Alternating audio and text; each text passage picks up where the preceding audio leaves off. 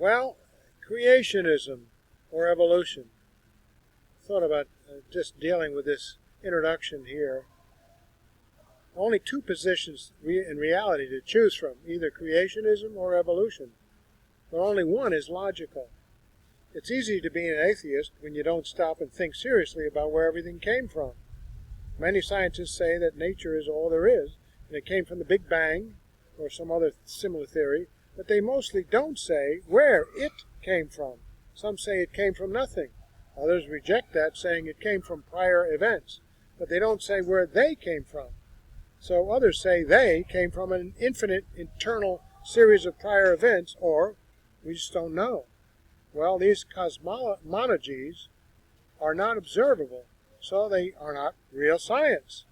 Worse, they are logically impossible. Nothing can't be or do anything, and infinite causal regress is a logical fallacy. So they are really just irrationally dressed up in a lab coat. Now, we observe that nature is a series of dependent material events. So every series, or events, has a beginning.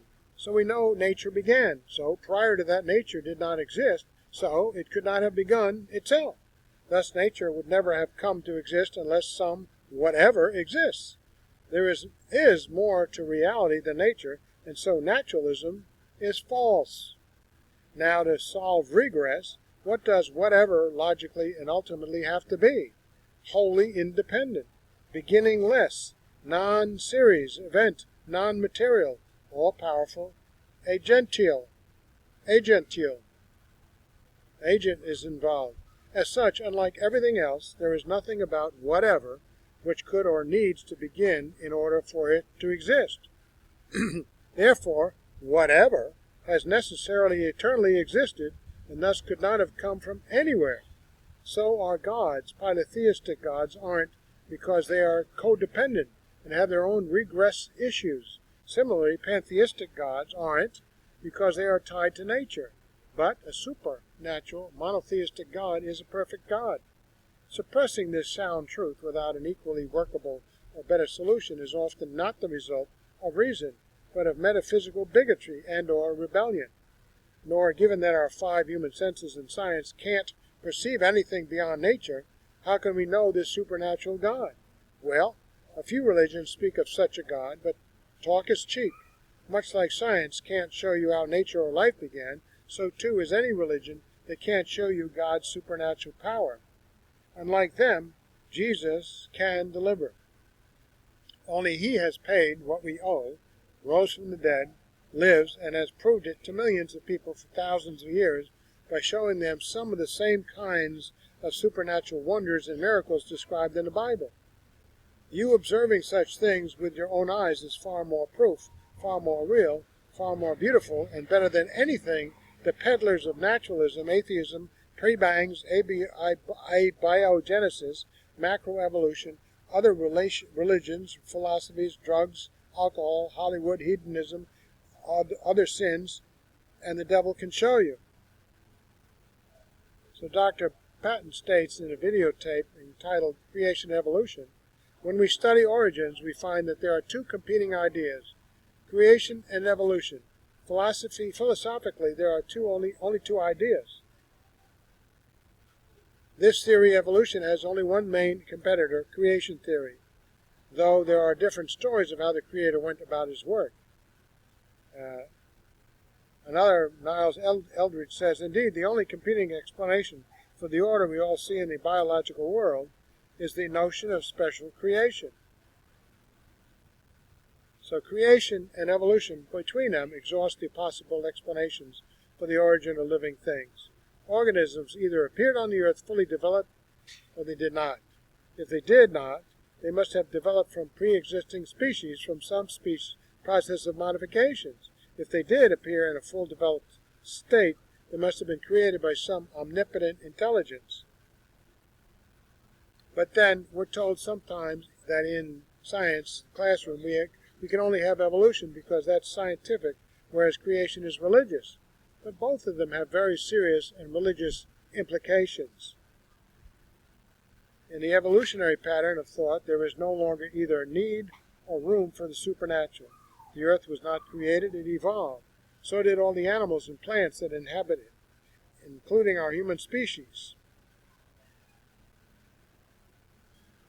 Human selves, mind and soul, as well as brain and body. And so did religion. Oops.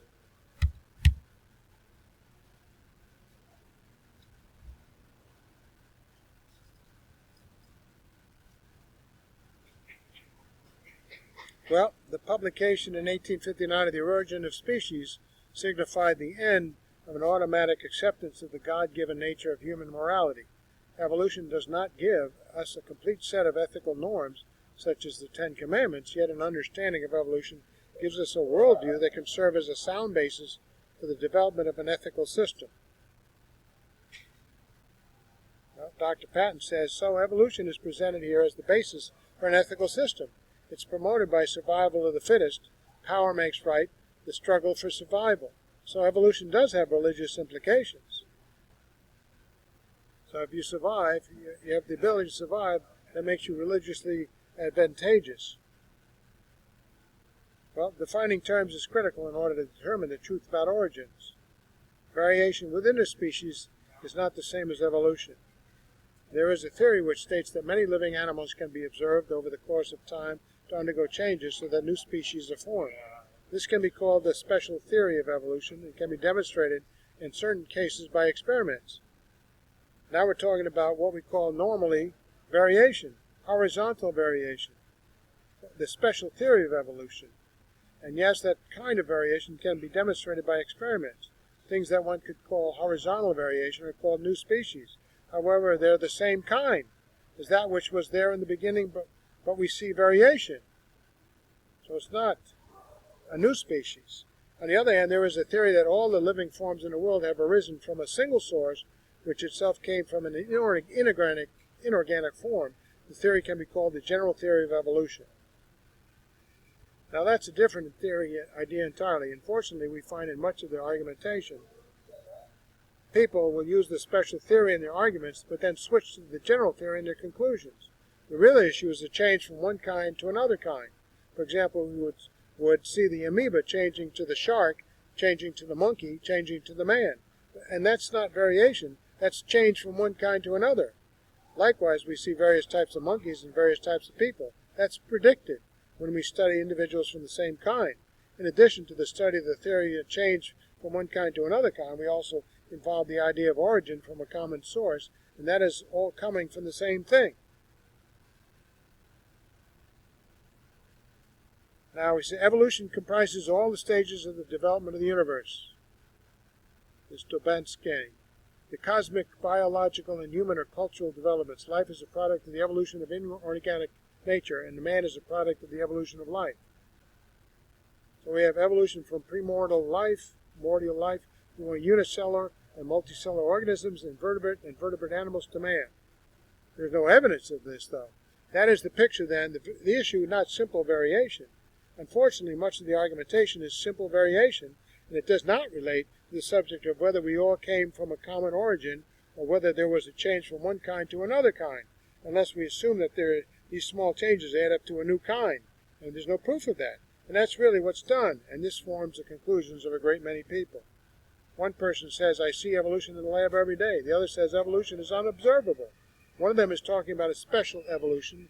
The other is talking about general evolution. One of them says, I see all kinds of variation. And the other says, well, we don't see this change from one kind to a totally different kind. It's like magic.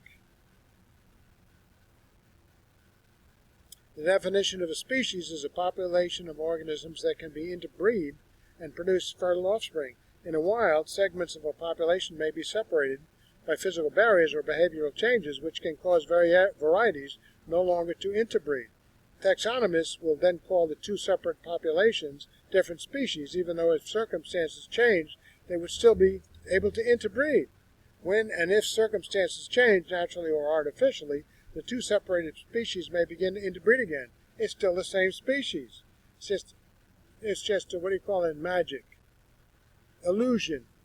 While doing a literature review for a graduate thesis, Wendy Billock discovered many recorded hybridizations in captive primates.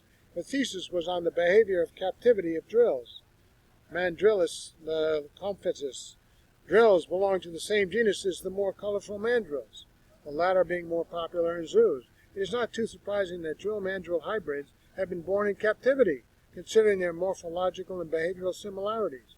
They have even been back-crossed successfully, which by definition would place them in the same species.